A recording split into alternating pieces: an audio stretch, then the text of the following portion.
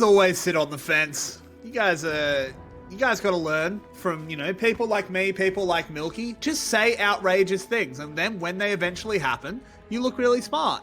Just like Elio looks really smart by burning that flash.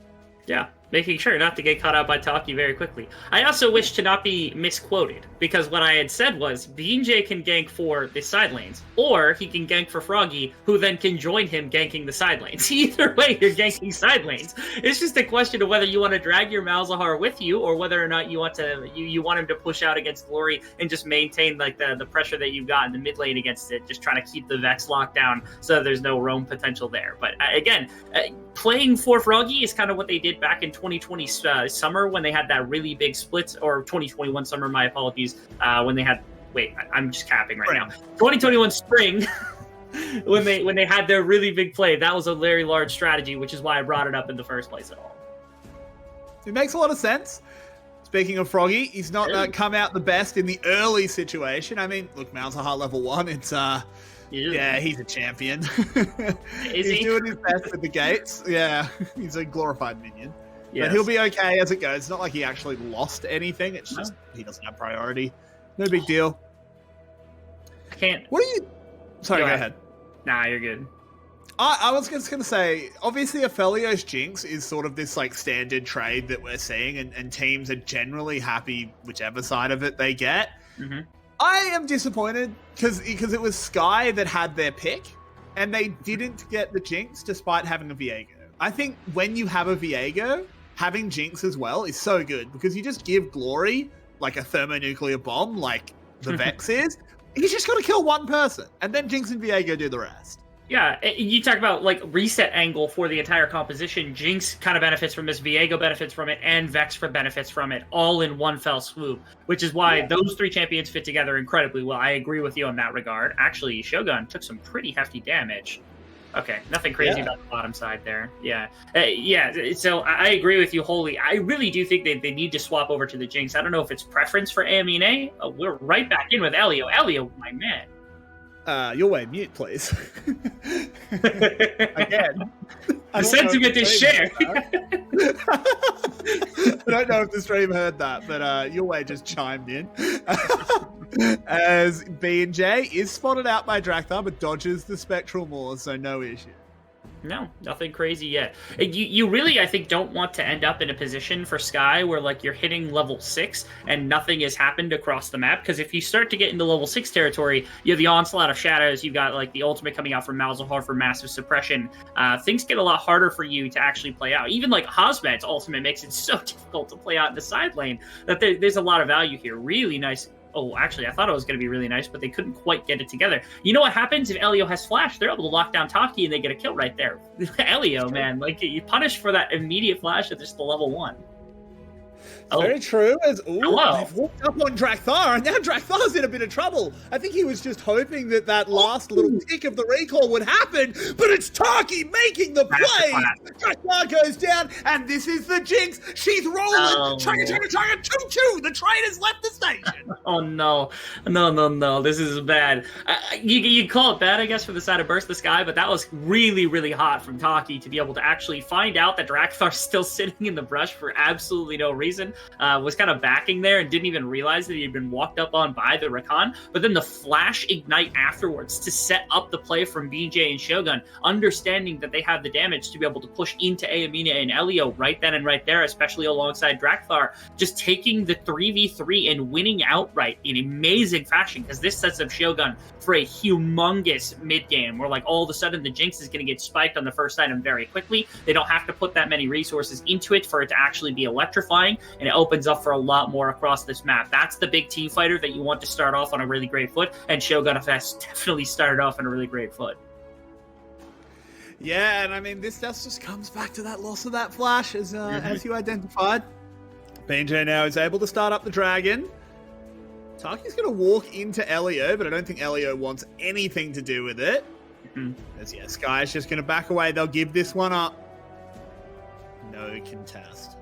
Yeah, nothing crazy here. It's a big kickoff, I think, for BJ to be able to start off a game with a dragon under the belt, able to at least match, if not just exceed the farm that comes out from Drakthar, as well as having 2 kills in your drinks. It feels like a great place to be. The red buff also sets them up for more plays, because even just a little bit of slow on Mine without the positioning, or if there's a positioning mistake, Shogun gets to punish that incredibly quickly with a rocket. That means that Taki can kind of collect his way through as well, which is a nice place to be. And across the map, again, Malzahar doesn't have to do all that much in the mid lane. Really, your job is just to wave clear and keep Glory kind of locked in place. Top lane, Hosmed's eventually going to become a beast. It just is about getting him onto like 1-2 items. If the Hull Breaker gets built, it's going to be easy enough to play out a game like this. So the onus is back to Sky to figure out what it is that they can do to kind of recapture any amount of control in a game like this.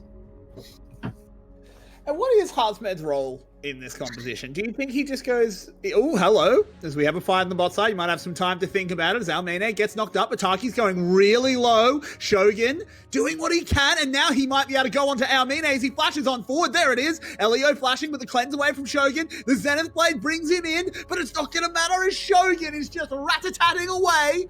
Elio needs to be careful, Taki takes the kill. Really, really close margins on the bottom side, even despite the 2 kills on a Shogun, but you can appreciate that he and Taki actually put on a masterclass once again in a 2v2 situation. I love that Shogun takes the step up even into the turrets against Aamine in an attempt to really make any semblance of a fight go away from the side of Burst the Sky, because best case scenario, it probably ends up being Elio picking up a kill in exchange for an additional one going into the pockets of Shogun. But ultimately, again, the Leona just didn't have the damage to kind of back end that fight altogether. The Ignite, I don't know if it was back up or if you just didn't pop it if you're Elio, but you desperately needed that little bit of damage to try to bring down Shogun in the midst of everything. But huge play coming out once again from Saigon's bottom lane as they once again take massive control. I want to see how this all started as well. Yeah, I mean, I don't even know how it started. It just kind of did. In the picture-in-picture, we see that there is a dive happening on the top side. Hosmed has that ult rolling, locked up in the Hextech ultimatum, but it doesn't matter because they clean up the kill. They're able to get out. And having watched that bottom side play once again, it was actually Taki once again playing with some incredible margins up against Elio that allowed for Shogun to step up aggressively against Aamine. It was the battle dance to jump in and out of the fight like that, the grand entrance to be able to knock up Aamine to set up what was Shogun flashing into the Aphelios even underneath of the turrets that he had set up on the ground. That really did make a lot of the difference right there. Big props to Taki, who's had some really incredible recon plays just to start off this game to set himself up a great avail. And while this is happening, again, usually you'd have to put resources in for this kind of advantage to develop for bottom lane, but VJ hasn't had to do that. Instead, he's been able to farm alongside Drakthar, and he finds a gank up towards Hosmed on the top side of the map, getting that even further ahead. Fantastic across the map strikes coming through from Saigon that have set themselves up on this 3,500 gold lead to kick off the game. Yeah, I mean, this is eerily familiar to game one, at least in terms of how it's shaped up, not necessarily in how we got here. Froggy has been very quiet. Of course, the pick does sort of demand it. And he's level 8. I do kind of want to see where the first Nether Grasp is used. It wouldn't surprise me if it's bot lane. Wouldn't shock me either, really. The attempted play on that was... Where was that aimed? I don't know. I think you'd think you'd actually throw it above him, right? You'd think you'd throw it to force him down in the lane up against Drakthar, but he threw it below him and forced him up away from Drakthar, which is a little more confusing. And he also had the passive as well, so like that ultimate really doesn't accomplish all that much except for breaking, so that you can try to CC him. But again, you'd want to get on the top of him anyway. Glory is ignited. That was the Malzahar ult used, actually, to not much effect at all. So Froggy kind of whiffing that one. No huge issue. I'm actually kind of curious how that interacts with Vex. I wonder if she can still dash in, even if you immune the tag. By the way, Ryuk's dead. Tryndamere. Yeah, I think you can. It's just a matter of whether or not, the afterwards you're able to put in any additional damage and that kind of thing. And right there, like you said, Hosmed winning out the top lane. He got set off on a good foot, had a couple of plates in the back pocket, going to be able to clean up the rest of the tower. So Tryndamere is going to do Tryndamere things. Like you said, first Nether Grasp goes down, but it doesn't really matter. Between he and Gloria, both flashes are down between mid laners. And again, this is just far more about making sure Vex has no impact on the game, which is far more impactful than Froggy having an impact across the map. Because again, you're massively ahead in bottom side. You're now massively ahead in top side as well. And BJ is going to be a massive team fighting tool for your team one way or another. Wow, that is a whole wave denied by Hosbed. He's not even worried about taking the tower. He just wants to make sure Ryuk's day is just completely ruined. And I mean, this is a situation that many top laners have been faced with, I should say. You can't enter your lane anymore, Ryuk. You don't have a lane. Have fun, man. Go try and find some team fights, which he may well be able to find soon, as there is a tag onto Taki, but it's a Rakan. Oh, no. They use everything. They do string it all together well. Drakthar now over the wall with the stolen Rakan kit, joined by the rest of his team, and that is going to be Shogun put in the box and taken down. Yeah, actually, really big props to BTS being able to capitalize on the back end of that dragon play, because it's 2 dragons now that have come through for the side of Saigon Buffalo. So they desperately needed to get something, especially because Hosbed is just completely destroying Ryuk's ability to play the laning phase in this top side of the map. And like you had said, actually, props to Drakthar for being able to utilize that Rakan to continue that play afterwards. That could have been a lot harder to continue if he hadn't had that ability. And it's great chain CC to set this up. Taki, I think here at best opportunity, you throw the ultimate together and you just try to stun everybody, and that's the best way you can get out of a situation like this, is just to try to use the CC to get out. But yeah, you can see how easy it was for them to re-aggress over top of the pit. But Ryuk also, like you said, finding himself a team fight, able to get something back despite the top lane not going his way. Taki spots a Drakthar, has to back off, but a Herald has been summoned in the mid lane. Froggy does have access to that Malefic Grasp. Another missed Vex ultimate coming out of Glory. And there's the Nether Grasp, I should say, as they take down Drakthar. Glory next on the menu is stunned up, slowed down, taken out. Elio trying to get back under the tower. He'll survive, but he'll be the only one. It's disgusting to see what is happening right now, because again, Burst the Sky, outside of that one dragon play, really just are getting completely run around the map in every possible situation right there in the mid lane. It was easy enough to make that play happen. I'm a little shocked that Drakthar wasn't able to find a flash or an ultimate to get out. It seems like he opted into that, but literally Froggy walked up to him with the ultimate, hit him with it, and that was it. That was the remaining play. Taki found another really great roam as well, and this is something that was missing from Saigon in both winter and also in some of the earlier parts of the splits, was Taki's ability to make a massive impact around the map. And on this Rakan, he has felt like he's been everywhere across the map, making sure that everybody feels safe at all times. And now everybody's been put off on a good foot. There is not a single member of Saigon Buffalo who is having a struggle inside of this game, inside their lane, or whatever the situation might be. Everything has kind of come back into their own right to be able to command every single position individually. Yeah, Froggy truly did just walk up and down smash. It kind of shows the mentality of this team. They know they're ahead. And as Milky was pointing out on the desk, we have been very positive on SGB because on our side of the broadcast, they are clearly the better team, right? On the BTS side, they are clearly better. But BTS did come in as the higher seed here. But I think we're starting to see why SEA games results don't always match BCS results. It's a really big curiosity, because again, we don't really have a connection between the two other than that they're the exact same teams, and yet we seem to get the complete difference between what it is that they look like on screen in C games and what it is that they look like on screen in BCS. Actually, there's no difference there. It's a difference when they're off screen and we don't get to see them or we don't get to cast them. The things really change for a lot of a different effect in most of the time. Because, again, Ryuk actually was having some okay performances as well. Ryuk had stepped up in what I thought in the winter split to a much better degree, and inside of C games was actually having better performances. Look at him right now. He's now 3 levels Hospice. Like, he's getting low-key clowned right now. He's down 65 CS at 15 minutes into the game. And Hospice is just going to take this tower right out from under him, and there's not much he can do about it. No, there really isn't. Honestly, I'm kind of surprised that as soon as they knew where Viego was, they didn't just dive, as Almine, I feel like that was the wrong Moonlight Vigil. Surely you just want Purple Gun. Elio does manage to chase in. Shogun ignited, but Froggy eats the Vex ult, stops Glory's entry, goes gold for a moment. He should be cleaned up immediately. No, it's an excellent flash away, and all of the Buffalo get on out. And it doesn't matter because, again, Ryuk is not able to stand against Tryndamere at all, so the other side of the map is completely winning. That whole situation, to me, is the exact epitome of what the Malzahar is for as well, because he blocks the ultimate from Vex, immediately presses his ultimate to prevent her from going in as fast as they would want him to, and then flashes out afterwards because he doesn't have, or they didn't have the damage after the Zonies had come through to really bring him down. It was hilarious to see because that could have been a massively winning situation for Burst the Sky on the bottom side. And yes, they were able to get some pretty significant damage into the tower, but that's all you're walking across the board with, in exchange for the other side of the map winning handily for Hazmed. Burst the Sky just keep throwing things at the wall and nothing is sticking, unfortunately. A lot of this due to the draft that came out from Saigon Buffalo, but the fact that they've got this advantage is making it so much easier for themselves as well. And we are looking down the barrel of a pre 19 minutes Flame Horizon. Yes. I feel like Ryuk, this is a roughie for you. You don't want to remember this one. Yeah, it's a tough one for Ryuk. Yeah, taking, I guess, the Camille in this situation, I guess he maybe felt comfortable. But again, we know him as a Renekton player for a good reason, and it's because he doesn't really play much else.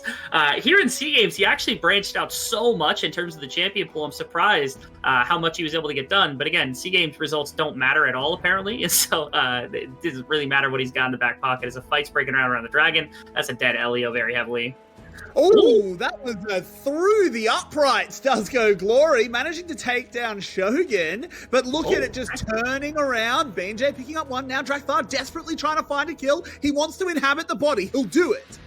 As that's a Hecarim stolen away. Taki in trouble, has to tango with our oh my god. Top lane is not looking good, and Taki and Froggy are attempting to leave. They don't have the ultimate. That is a very dead Ryuk. Yeah. Okay. That is big sword. Yes, big sword yes. man. Yeah, Big Sword Man just did Big Sword Man things, unfortunately. As the top side, the bottom side play, again, the mid game for Sky is looking okay when it comes to just like the outright team fighting. Their team fighting is something they usually bank on, and it worked out right there because Glory was able to slide an ultimate in at an unexpected angle to get Shogun, and it ended up being a 2-for-2, especially with the ultimate from Froggy down. Actually, it looked like a solid scenario. But again, the problem is if you're... Yeah, go ahead. I have one thing to jump in, because you're right, don't get me wrong, but that was almost a miracle play for Sky, because it started off Almine just fishing with Calibrum. He just was like, yeah, whatever, I'll throw it out there. Sorry, not Calibrum, with the sniper. I forget what it's actually called. The green one. Is this Calibrum? It is, yeah. Anyway, Calibrum. He just throws it out there and hits Shogun with a purple gun in the back pocket. So he gets the ultra long range snare, which they then followed up on, and they still only just won. Yeah. They only just won the 2v2 fight, because again, the opposite side of the map is the big problem. They've got to Hazmed's level 14, he's got no very quick blades already, and they're all dead anyway. And they've joined in with the rocket as well. The Leona ult does a whole lot of nothing. It's definitely a Mooney night, as now Ryuk's got to run. This Camille does a whole lot of nothing. And I mean, what can you say? Yeah, surely he's going to make a massive difference. Oh, no way they actually catch him on the traps. Ryuk's going to go down too. Oh, they trade it. They do. They do trade it back onto B&J, but giving Shogun the speed is very dangerous, Rebel. And he uses it well. He takes down another kill. They take down the tower. And Rebel, they take down game 2. They really do. We're just waiting for them to walk things in. The Nevergrass is still available for Froggy as well, so there's almost no chance that there is a fight at all. Yeah, oh, wow. They are going to leave. I was hoping that they'd be able to end off the back of an ultimate coming through if Drakthar decided to go for an engage, or if he could step up and actually catch Amine. But yeah, I think it's a lot safer to not go for a full end right there, because they've already done sizable damage. It's pre-20 minutes in the bottom side inhibitor going down. Hazmed doesn't lose these men. He's waiting for another. He's going to go for it, but that was a bridge too far. Tragic. I don't know that he was expecting the Moonlight Vigil to come over the wall from Amine. He's just like absolutely clowned off the back of that one ability alone, where he's like, I expected everything else to come through. But yeah, there was a little bit of an overreach coming out, and Hazmed gets shut down, which is kind of unfortunate. It does go under, it doesn't go to Ryuk. It actually goes to Amine, which is huge, which is one thing in the back pocket. But again, they're still down tremendously in a game like this. Burst the Sky, trying to find a way back in. Again, best case scenario, scenario, it's Vex being able to try to pop off in a team fight, but there's so many avenues to deny all of this pressure from coming in. We're just waiting for Saigon to walk this one down. They're only about a minute out from a Dragon Soul as well, and that's going to be a Hextech Drake, which is another really big one to be able to set up a positive team fight. Yeah, I mean, this might be one of the most one-sided games we've seen in a long time, Rebel. They're 11k ahead at 20 minutes. The reverse sweep is definitely still possible, don't get me wrong. But so far, we are just seeing a really resplendent Saigon Buffalo. And I just, Sky, you need to have a pocket strategy or something. Yeah, if only they had some sort of kind of ace in the hole rookie ADC to be able to play in a situation like this. It's kind of tragic. Unfortunately, they have nothing like that they'd be preparing. Oh, okay. Yeah, I mean, maybe if they are, go out to some lands they don't own, do a little bit of poaching or something. Bit of hunting. I don't know why I used that word. As another Indian scouting. Okay, scouting is the word for it. Doesn't matter one way or another. Yeah, double inhibitor falling down, especially on the opposite side from Baron. They're going to grab up the Hextech Drake. The only way that I think that Sky can actually keep this game alive right here and right now is to run immediately to Baron. If they can run to Baron and take it before Saigon Buffalo is able to back and redeploy into the Baron buff area, they have a chance at slowing down the game, but they actually don't back. They're going to run right upriver, and Hosbed is already here. Taki actually with some incredible kind of instinct also denying this. Ultimate's going to come through to deny Glory the ultimate. They're just going through the Hextech gates. They're crazy. I mean, they may as well have a crack as Glory goes incredibly low and he goes down to Husband, who's already burned the Undying Rage. But I think the only ones undying are all of Saigon Buffalo. As kaboom, kaboom, kaboom goes the sword. Oh my word, it is 4 kills in the blink of an eye, Rebel. And this time, I'm confident saying SGB can actually end it. Yeah, I think Sky had the same read that I did, where they're like, okay, if we don't go to Baron, they just take a Baron off the back of or off of just a run-up map and be able to win the game off of that. And so I can appreciate they're trying to jump that timer. How about Taki understanding that, knowing, controlling that topside river, getting a flea backwards, and then also Hosbed being able to know he isn't really needed